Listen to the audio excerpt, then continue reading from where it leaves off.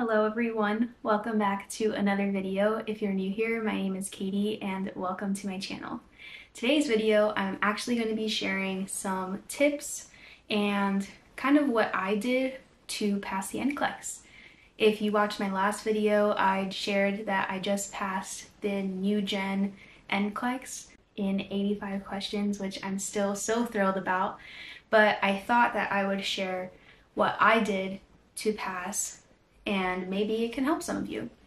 Just a little disclaimer, obviously this is not a guarantee that what I did is going to work for you, but hopefully if you're needing a little help, you don't know where to start, or you just want to hear somebody else's experience, that maybe something from this video can help you be successful.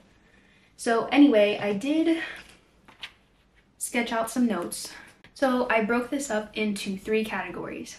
So we have resources, actually studying, and then tips for success. So we're going to start with our resources. I'm just going to tell you guys what I did.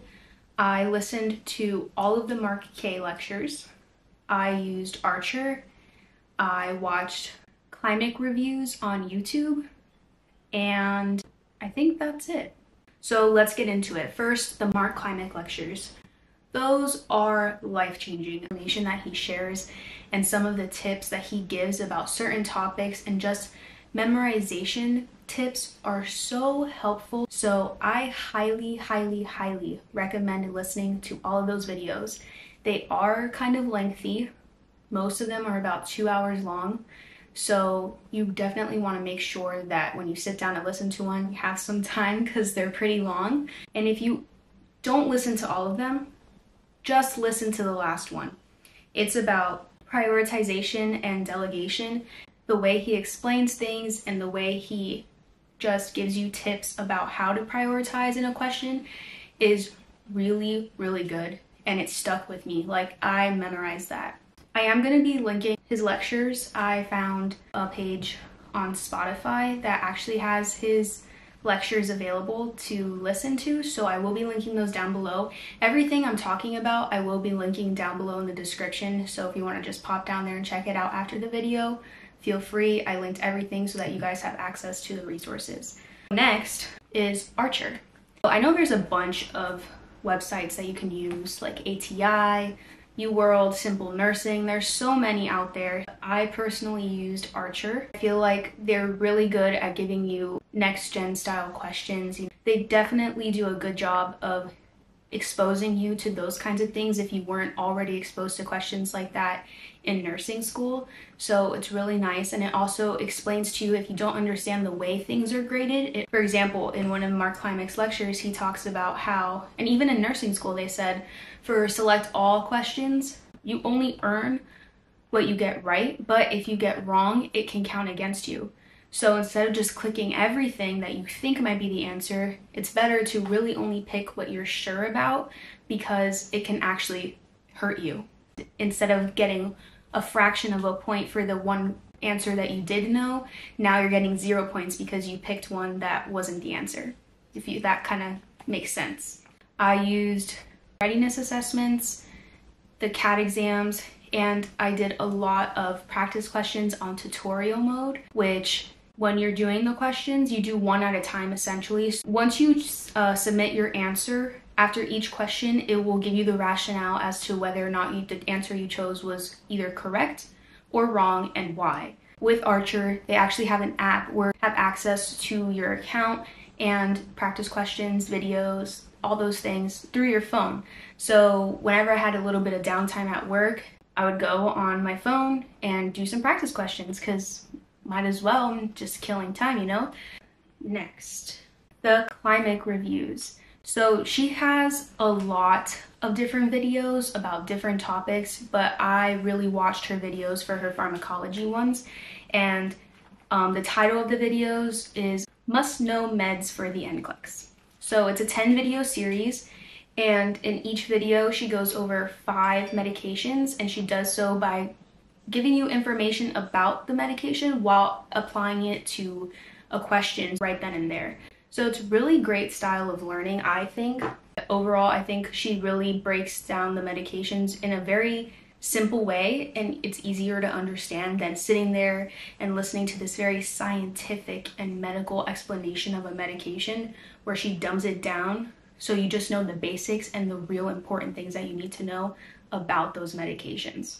I think that's it for the resources. I'm also going to include another link down below. This will be for free practice exams. I think it's called nurselabs.com. I know not everybody has $89 to spend on yet another resource, so I will be including that down below, and it's completely free, so definitely check it out. And on to the next, actually studying, the part we all know and love. Let's take a water break. Okay, back to it. So actually studying. I wish I had a clear answer for you on my style of studying, but if I'm being completely honest, I really don't. I feel like I have a combination of active recall and like the Pomodoro style, but like my own twist to it. And what do I mean by that? If you don't know, active recall is like you're learning a subject and then you take parts of that subject that you just finished learning and you quiz yourself on it to make sure or you write down notes about what you just learned. So kind of like that. And Pomodoro is when you chunk up your study time. So you say 25 minutes I'm going to study and then I'm going to take a 10-minute break or a 5-minute break, something like that. However, my intervals of study time vary. I don't have a set time that I choose to study. Instead, I kind of like give myself a goal. So I'll be like, okay, I want to watch this entire video before I take a break, and then I'll take a break. I don't set a timer and pause in between because I feel like I interrupt my rhythm when I do things like that, and it's not as beneficial for me to work like that. But at the same time, I know some people can't concentrate for 2 hours straight. So like I said, you can take bits and pieces of my advice and what I'm saying and adjust it to fit your needs and your learning style so that it can be most useful for you. So as I said, I listened to the Mark Klymic lectures and I watched those Klymic review videos for pharmacology. And while I did this, I was taking notes. I highly recommend handwriting your notes. I know it's very time consuming and your hand feels dead, but I feel like putting pen to paper really helps things stick in your mind. And after I wrote them down, I would go back and read over the notes for that video that I had just finished, because I feel like the combination of listening to the information, writing the information, and then rereading the information, that whole combination is really gonna solidify that information because now you've just gone over it 3 times. I feel like those 3 methods kind of bring together all the different types of learning, like listening, visual, and now tactile. So you're doing all those 3 techniques in one sitting, in one session. So even if you think that you're just a visual learner, well, now you got the whole shebang, and vice versa for all the different styles. So it really kind of just covers all your bases. Oh, and also another tip, if you're not going to write notes and you just want to listen to something, summarize it to yourself. You don't have to write it, just summarize it. So you listened to a video. Now practice your active recall. Talk to yourself, summarize it to yourself, or to a partner, a study partner, or even someone in your house, whoever. What did I just learn? What are some key factors that stood out to me? What are the really important things that I really should remember? And just start spitting out as much of it as you remember. You'd be surprised how much you can actually talk about something that you feel like you know nothing about.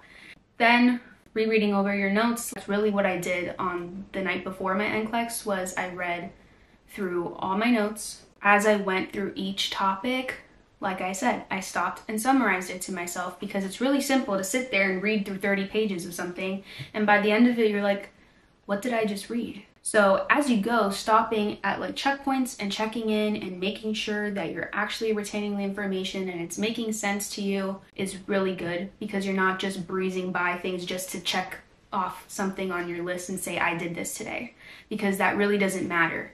if you did it or not. What matters is, are you retaining it, you know? And then practice questions. Practice questions are the best way to apply the information that you've learned and to see where you're at. Are you still making the same mistakes? Are you still needing some extra assistance in some areas with certain topics? And if you use a platform like Archer, it will tell you what percentage in which category you're doing best and where you need help and things like that. So using a program like that can be helpful for those reasons, but also you can be self-aware and you can acknowledge the areas that you feel like you're guessing or you're struggling, or you come across the question and you just don't know. And when that happens, that should stick out to you. Hey, maybe I need to go over that. And the last part of this video, tips for success.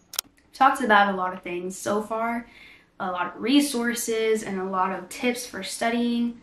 I'm just gonna spit some things out that worked for me studying for the NCLEX and also studying in nursing school. Don't wait until the last minute to start studying for something. One, that's called cramming. And some people work really well under pressure, but the majority of us do not. So don't do that to yourself. It's just gonna stress you out even more than you probably already are. So it's like a double negative. Don't do it. Schedule your study time. Come up with some sort of schedule for yourself. I know you just graduated nursing school. You feel like you have all this free time and you should be doing all these things that you weren't doing when you were in school and hanging out with your friends and going out and traveling and all those great things. And you can do those things and you should. However, you still need to make time to study and you still need to prioritize this, because this is how you start your career. This is how you get a job. Plan what you want to go over on the days that you are going to study. It's really easy to get overwhelmed by how much information and how many topics need to get covered, because they could test you on anything that you've learned in nursing school, which all that information you learned over the course of 2 years, and now you're needing to go over it in like 3 weeks to a month to take a test.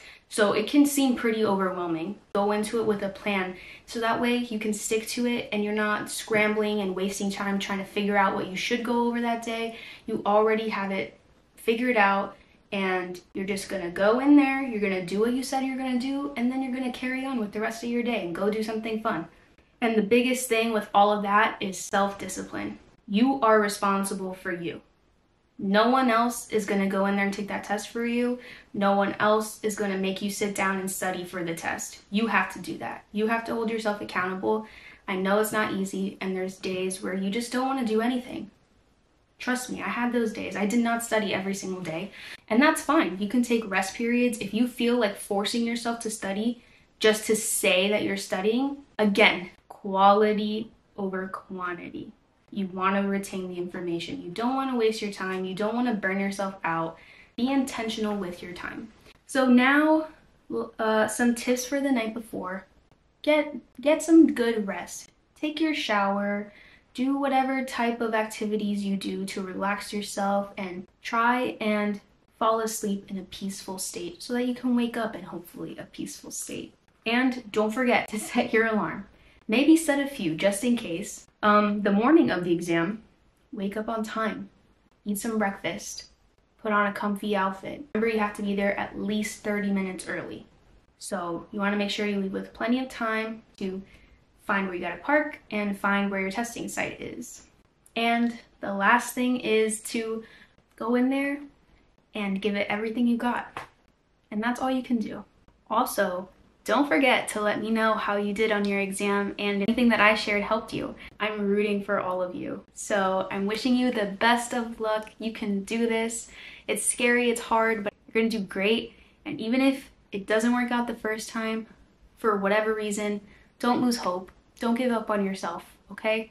Sometimes we have setbacks and you don't always know why, but eventually things come full circle and you realize sometimes you have to go through hard stuff to get to the good stuff. So anyway, that's all the tips that I have. I hope that something in that video was of use to you, and I wish you all the best of luck Remember that everything I discussed will be linked in the description. I will also be making a calendar for you guys that you can download, print out, and follow if you need some sort of structure to help you stay accountable. So definitely check it out. I hope you enjoyed this video. If you haven't already, please like and subscribe, and I will see you next time. Bye!